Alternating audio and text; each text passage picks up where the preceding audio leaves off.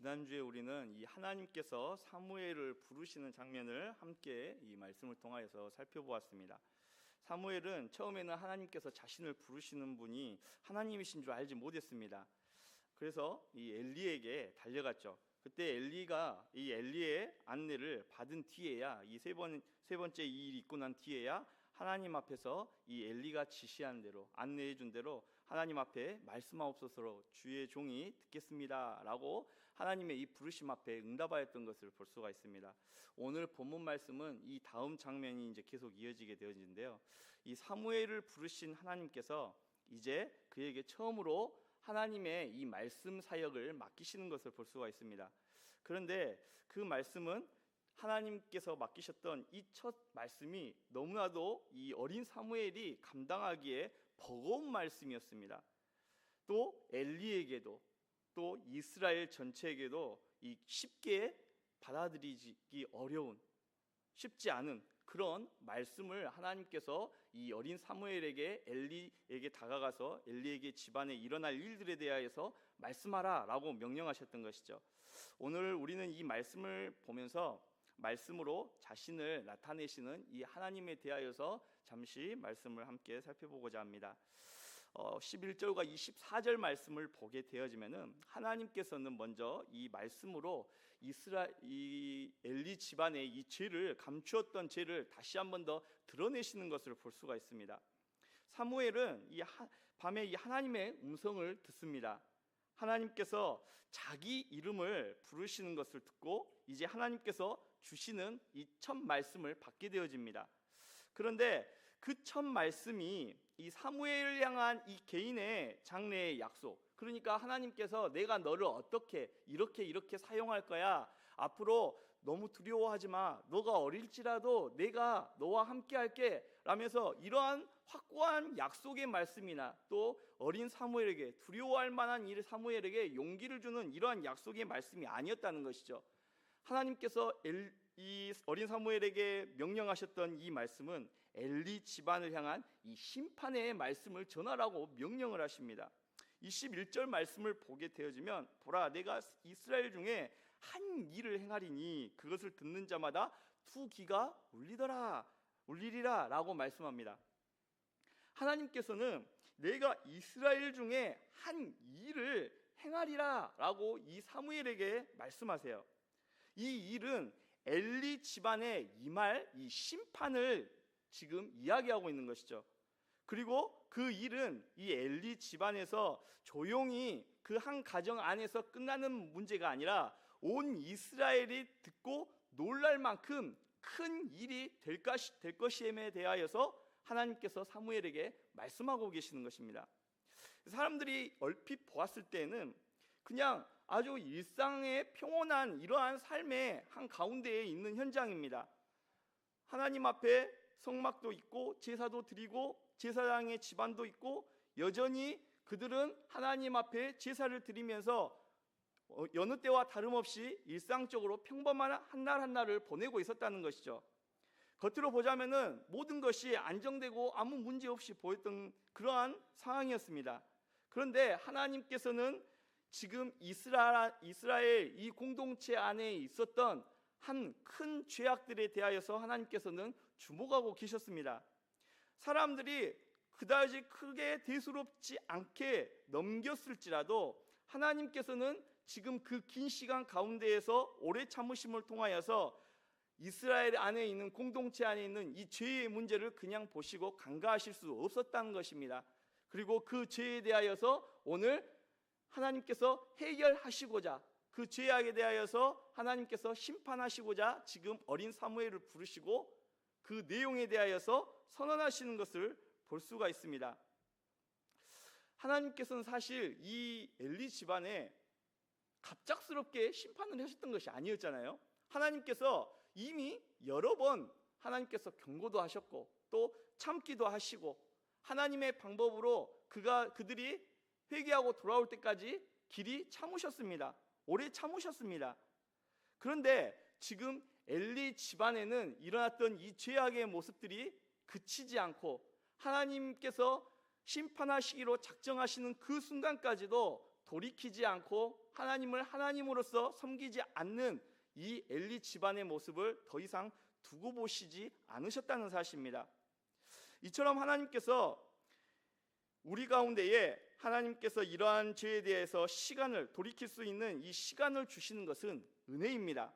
그러나 이 엘리의 집안은 그 시간 속에서도 하나님 앞에 돌이키지 않고 바로 믿음 가운데 서지 않았습니다. 하나님께서는 이제 이 사무엘에게 길이 참으시는 가운데에서 하나님께서 엘리 집안을 심판하실 것이다 라고 말씀하시면서 그 심판의 이유에 대해서 13절에 말씀하고 계시는 것이죠. 이 13절 말씀을 여러분들께서 한번 읽도록 하겠습니다. 13절입니다.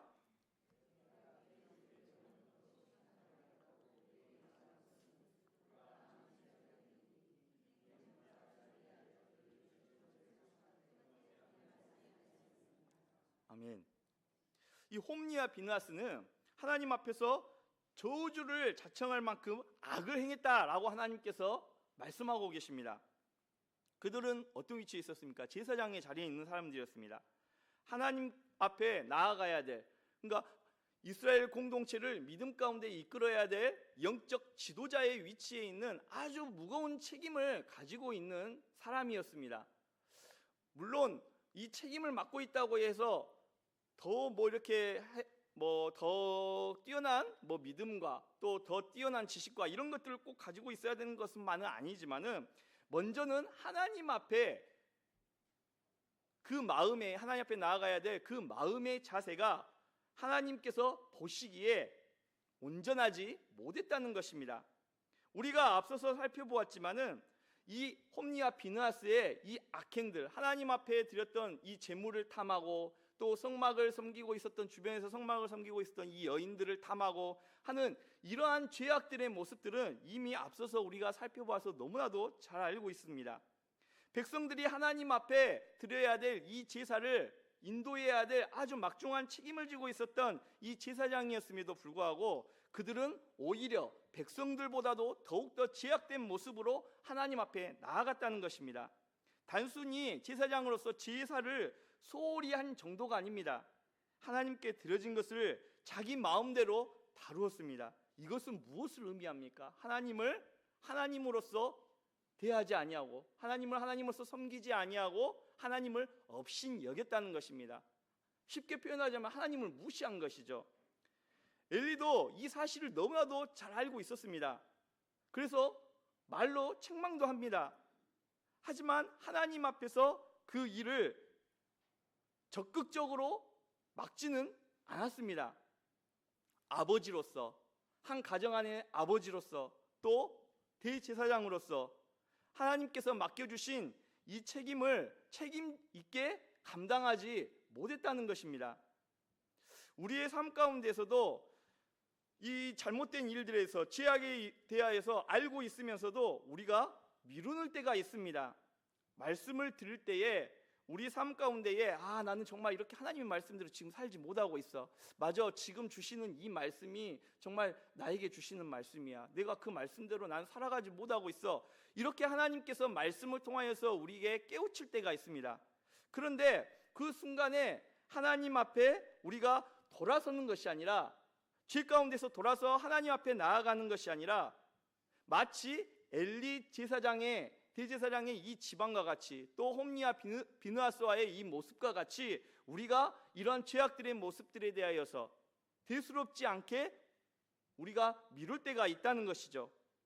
우리의 신앙과 우리의 삶의 또 마음의 자세를 다시 고쳐야 한다는 사실도 압니다.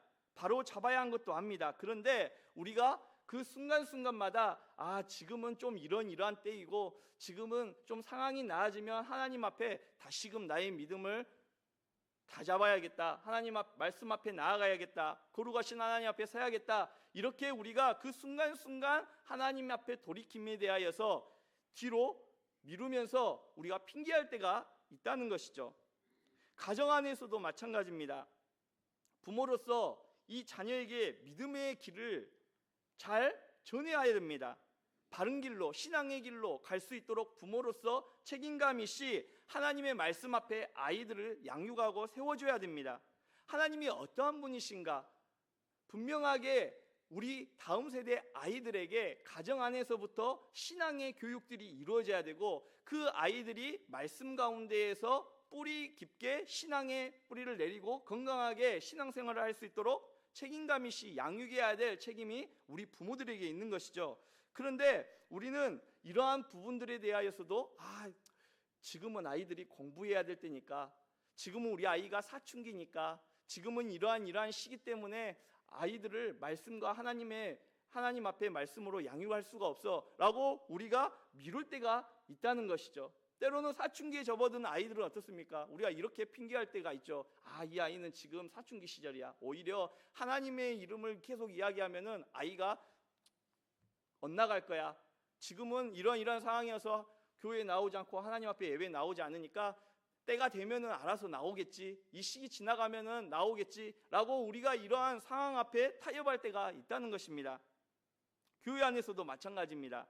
하나님 앞에서 우리가 신앙 가운데에 교회 안에서 바로 잡아야 될 온전한 신앙의 모습들이 있습니다. 그런데 그 가운데에서 성도들이 불편해할까 봐, 또 이런 일들 때문에 상처받을까 봐 우리가 정말 필요한 부분들, 진리 안에서 타협하지 않아야 될 부분들이 있는데, 그러한 부분들에 있어서도 우리가 타협할 때가 있다는 사실이죠.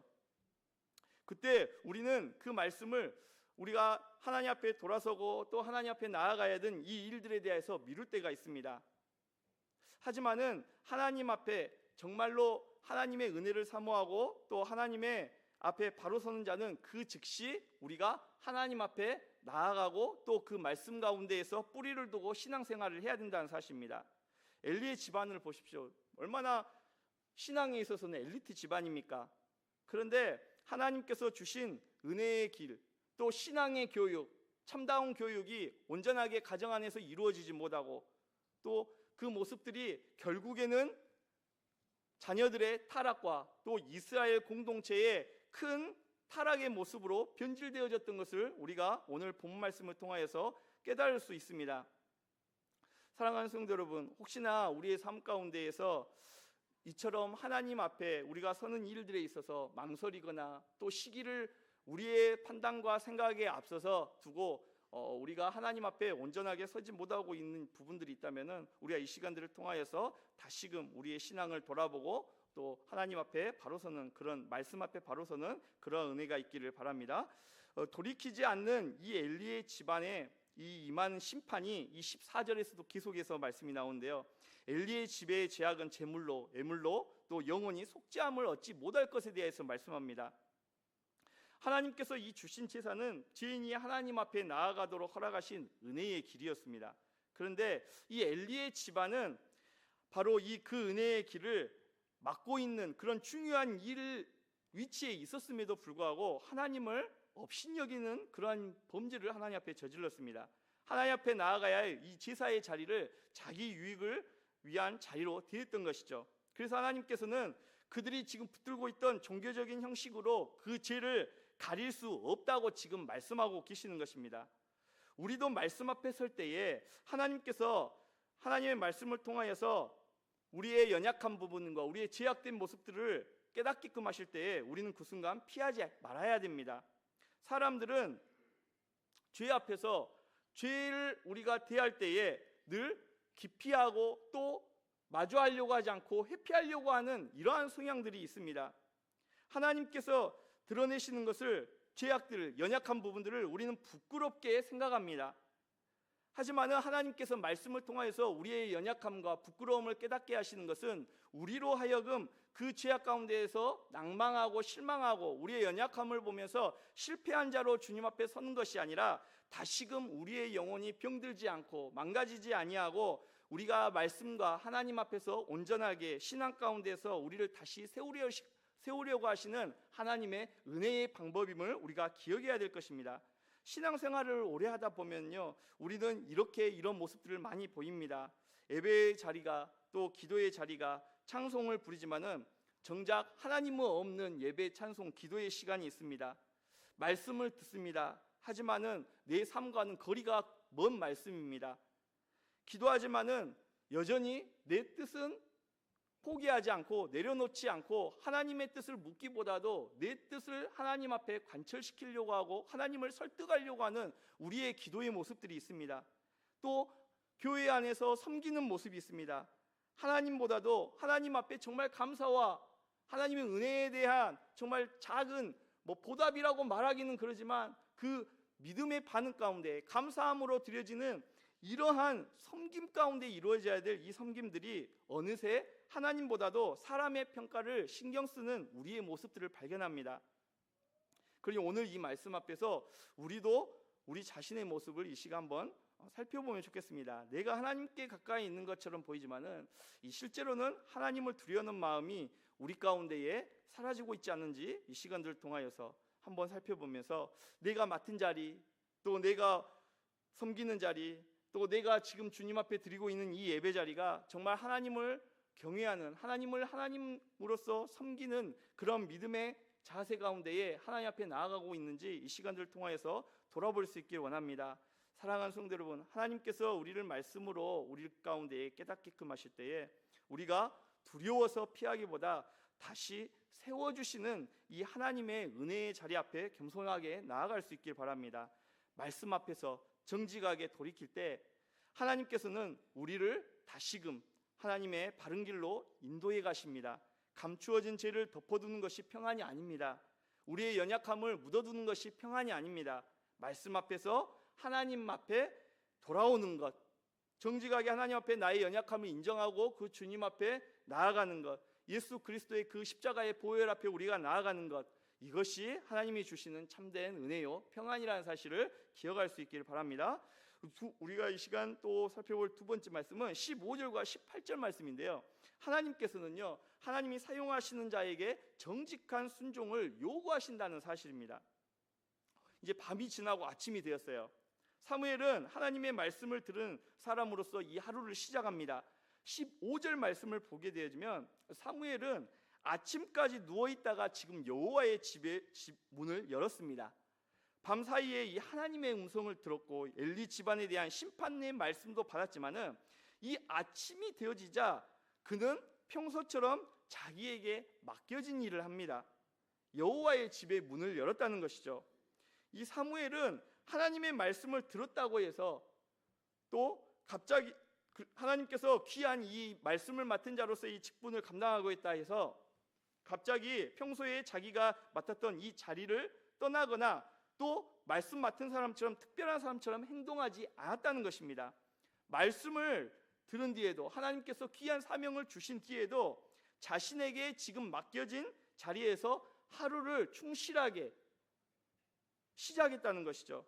하나님의 말씀을 듣는 일은 우리의 일상의 자리에서 벗어나게 하는 것이 아니라 오히려 지금 맡겨진 자리에서 더 정직하게 하나님 앞에 우리가 서야 된다는 사실입니다. 우리도 말씀을 들은 뒤에 다시 삶의 자리로 돌아갑니다. 예배가 끝나면은 가정으로 돌아가고 일터로 돌아가고 또 사람들과의 관계 가운데 사회 속으로 들어갑니다. 말씀을 들은 사람의 순종은 바로 그 자리에서 시작됩니다. 특별한 곳으로 가서 순종하는 것이 아닙니다. 오늘 내게 맡겨진 일을 조금 더 정직하게 감당하는 것, 말 한마디를 하나님 앞에 조심하면서 하나님 앞에 서 있다는 사실을 우리가 기억하면서 살아가는 것, 똑같은 일상이나 그 가운데에서 매일매일 삶 가운데에서 하나님을 의식하며 살아가는 것, 그런 자리에서부터 우리의 삶이 시작되어진다는 사실을 우리는 기억해야 될 것입니다. 그러나 이 순종이 항상 편안한 상황 가운데, 마음 가운데서 이루어지는 것은 아니에요. 사무엘도 지금 맡겨진 일을 감당을 하고 있었지만은 그의 마음은 결코 편하지 않았을 것입니다. 왜 그렇습니까? 그가 전해야 될 하나님의 말씀을 받아서 전해야 될 대상자가 바로 다름 아닌 자신을 지금까지 돌보아주던 엘리 집안에 임할 심판을 전하는 말이었기 때문에 그렇습니다. 사무엘은 아직 육체적으로도 어린 사람이고 또 그가 들은 말씀은 엘리에게 전하기에 너무 어려운, 부담스러운 그런 내용이었습니다.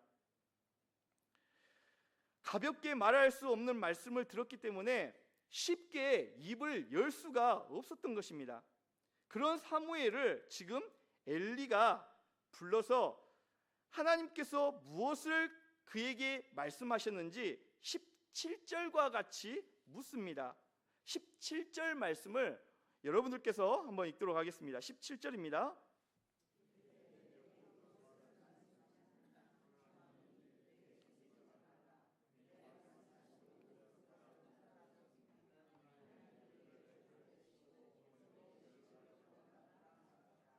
아멘. 엘리는 사무엘에게 하나님께서 말씀하신 것을 하나도 숨기지 말라고 이야기합니다. 그런데 이 엘리 자신은 이미 하나님의 경고를 이미 앞전에 들었습니다. 하나님께서 보내신 한 무명의 사람을 통하여서 하나님의 경고가 엘리 집안에 임할 것에 대해서 이미 들었거든요. 근데 자기 집안의 죄를 바로 잡는 데까지 그 뒤에도 전혀 반응이 없습니다. 회개했다, 돌이켰다, 그런 말씀이 한 구절도 없습니다. 하나님의 말씀이 중요하다는 것은 알고 있습니다. 제사장으로서요. 하지만 그 말씀 앞에서 삶을 돌이키는 데까지 이르지 못한 것입니다. 우리도 말씀 앞에서 이러한 순간들을 만납니다. 옳은 줄은 알지만 선뜻 받아들이기 어려운 말씀이 있고, 하나님의 말씀을 들었을 때 그 말씀이 마음 가운데, 생각 가운데 걸리긴 하지만은 그 즉시 순종하고 싶지 않는 말씀들이 있습니다. 내가 원하는 말씀은 붙들고 싶지만은 나에 대하여서, 내 연약함에 대하여서, 내 삶에 대하여서, 돌이킬 것에 대하여서 말씀을 하나님께서 하실 때에 순간 우리가 선뜻 그 말씀 앞에서 순종하지 못하고 머뭇거릴 때가 있습니다. 듣기 편한 말씀은 우리가 아멘으로 받지만은 내 생각과 내 삶의 방향을 내려놓으라고 하시는 그 말씀 앞에서는 마음이 무거워지고 불편해지기 시작합니다. 말씀을 숨긴다는 것, 오늘 지금 본문에서 말씀을 숨긴다는 것은 꼭 입을 다물고 있다, 이런 의미는 아니죠. 하나님께 말씀을 들었지만은 내 삶에서 받아들이지 않는 것, 그것도 말씀을 숨기는 모습일 수 있는 것입니다. 말씀을 들었습니다. 형제를 사랑하라, 형제를 용서하라, 이런 말씀을 들었어요. 그런데 정말 말씀을 듣고도 용서하고 싶은 마음이 생기지 않는 것입니다. 아니, 내 자존심 때문에 형제를 용서하기 싫습니다. 말씀을 듣고도 내 탐욕과 욕심을 내려놓기 싫습니다. 말씀을 듣고도 하나님이 아닌 사람의 시선에 더 신경 쓰며 그렇게 우리가 살아갈 때가 있습니다. 우리 안에서도 이러한 모습을 통하여서 말씀이 숨겨지는 일이 나타날 수 있다는 것이죠. 가정에서도 말씀을 숨길 수 있습니다. 하나님께서 사랑하시라고 말씀하시는데 이 안에서, 가정 안에서 불편한 관계가 되어졌을 때에, 어떠한 일들 통하여서 서로 간의 감정 다툼이 일어났을 때에 하나님의 말씀은 기억은 나지만, 말씀을 듣고 알고는 있지만은 그 말씀 앞에서 냉랭한 태도를 우리가 붙잡고 살아갈 때가 있습니다. 용서하라고 하시는데 지난 상처들, 내가 받았던 상처들, 관계 가운데에서 일어났던 내가 받았던 기분 나빴던 감정들을 이야기하면서 그것을 마치 무기 삼아서 가족 간에 서로 싸우면서 이야기할 때가 있습니다. 자녀에게 믿음의 본을 보이라고 하나님께서는 말씀하시는데, 우리는 말로는 신앙을 잘 가르치고 이야기하지만은 실제적으로 우리의 가정의 삶 가운데에서는 자녀들에게 신앙의 모습을 보여주지 못하고 말로만 하는 그런 신앙으로 머물 때가 있습니다. 교회 안에서도 나타날 수 있죠. 서로 섬기라고 하나님께서 말씀하시는데 내 자리만 지키려 하고, 하나 되라 가시는데 내 생각만 앞세우고 내 고집만 앞세울 때가 있습니다. 말씀은 들었지만 그 말씀을 내 삶에 받아들이지 않으면 겉으로는 아무 말도 하지 않는 것 같아도 마음으로는 말씀을 뒷전으로 미루어둔 것과 같은 것입니다. 그러나 하나님께서 말씀하실 때에 성도라면은 그 말씀 앞에서 피하지 않고 한 걸음 순종의 자리로 나아가는 것, 이것이 바로 신앙의 모습입니다. 사무엘이 그랬습니다. 엘리에게 전하기 어려운 말씀이었고 또 마음이 한편으로는 무거웠지만은 하나님께서 맡기신 말씀을 끝까지 감추지 않고 책임감 있게 하나님 앞에 순종하며 나아갔습니다. 18절에 사무엘이 세세히 말하고 조금도 숨기지 아니하고 엘리에게 이야기했다고 성경은 말씀합니다. 사무엘은 자기가 전하기 편한 부분적인 말씀만 골라 말하지 않았습니다. 듣는 사람이 받아들이기 쉽도록 또 말씀의 무게도 줄이지 않았습니다. 하나님께서 말씀하신 것을 세세히 조금도 숨기지 않고 그에게 전했습니다. 이 모습이 지금 말씀을 맡은 사람의 순종의 모습인 것이죠. 그가 엘리에게 전한 것은 자기 판단이나 이 감정에 의한 것이 아니라 하나님께서 맡기신 말씀이었습니다. 명령하신 말씀이었던 것이죠. 그래서 말씀을 맡은 사람은 자기 말을 앞세우지 않아야 되는 것입니다. 사람의 반응이 두려워서 말씀하는 것을 약하게 만들어서도 안 되고, 희석해서도 안 되고, 왜곡해서도 안 되는 것입니다. 또 내 상황과 감정을 이입시켜서 포장해서도 안 되는 것입니다. 말씀을 정직하게 전하되 하나님 앞에서 두려움과 또 그 영혼을 향한 사랑을 가지고 그 일들을 감당해야 되는 것이죠. 우리에게도 이러한 순종이 필요합니다. 부모가 자녀에게 믿음의 말을 해야 할 때가 있습니다. 부부 사이에 하나님 앞에 정직하게 우리가 신앙의 대화를 나눠야 될 때도 있습니다. 교회 안에서도 서로 간에 교제하면서 조심스럽지만 피하지 말아야 될 이야기들이 있습니다. 그때 중요한 것은 내 감정을 관계 가운데서 쏟아내는 것이 아니라, 내가 옳다는 것을 그 순간 증명하는 것이 아니라 하나님 앞에서 사랑으로, 그리고 그 영혼 앞에서 하나님의 말씀으로 정직하게 말하는 것입니다. 사무엘이 모든 말씀을 전하자 엘리가 어떻게 이야기했습니까? 이는 여호와시니 선하신 대로 하실 것이다 라고 이야기합니다.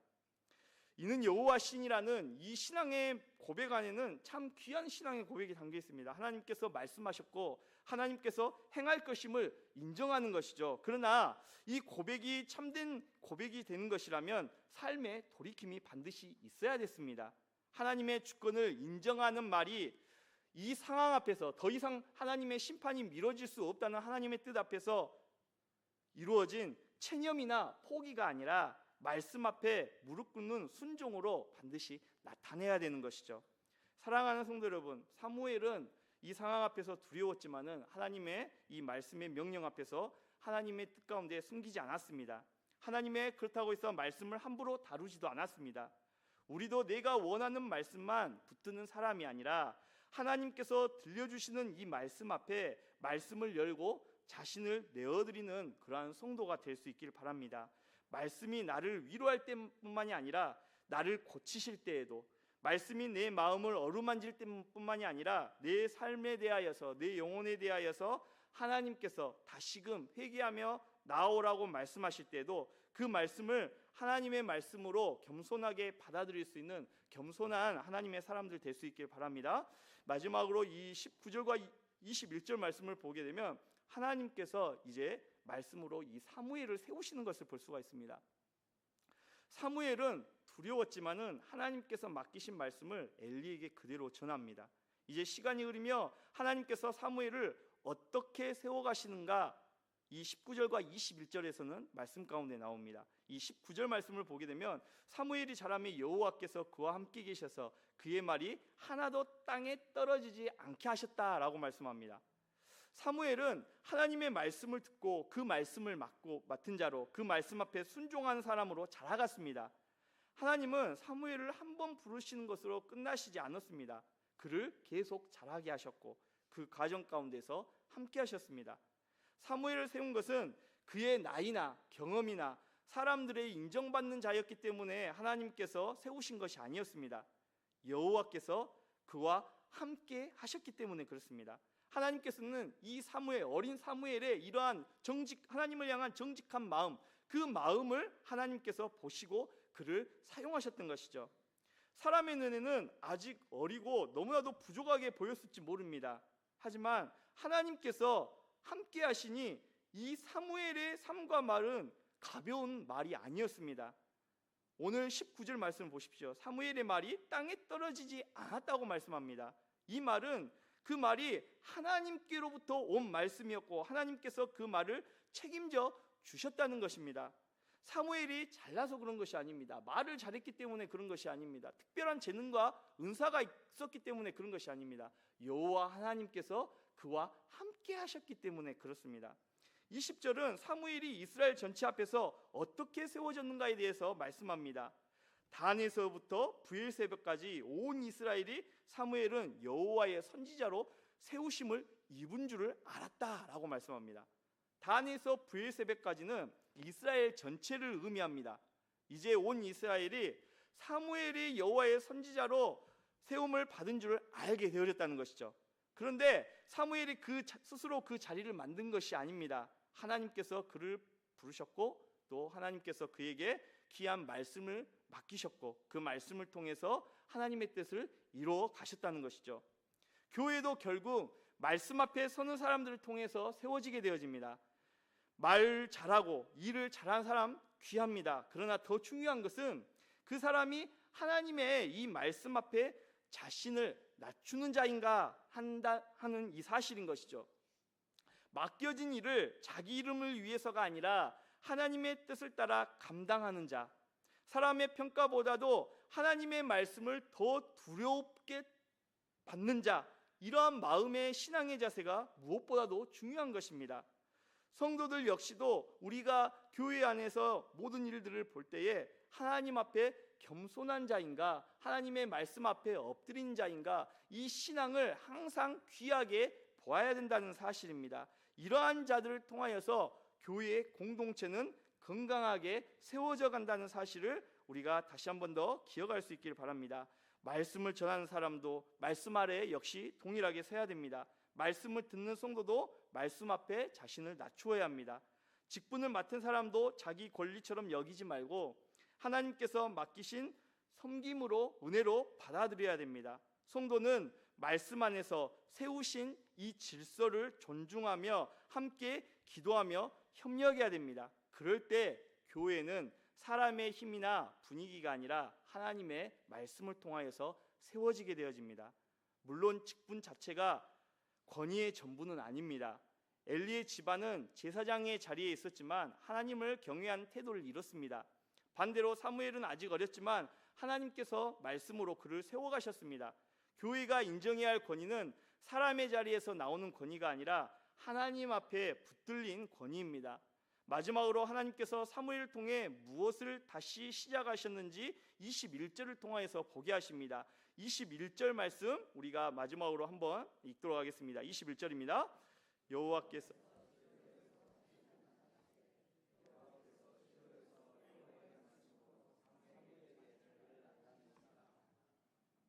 아멘.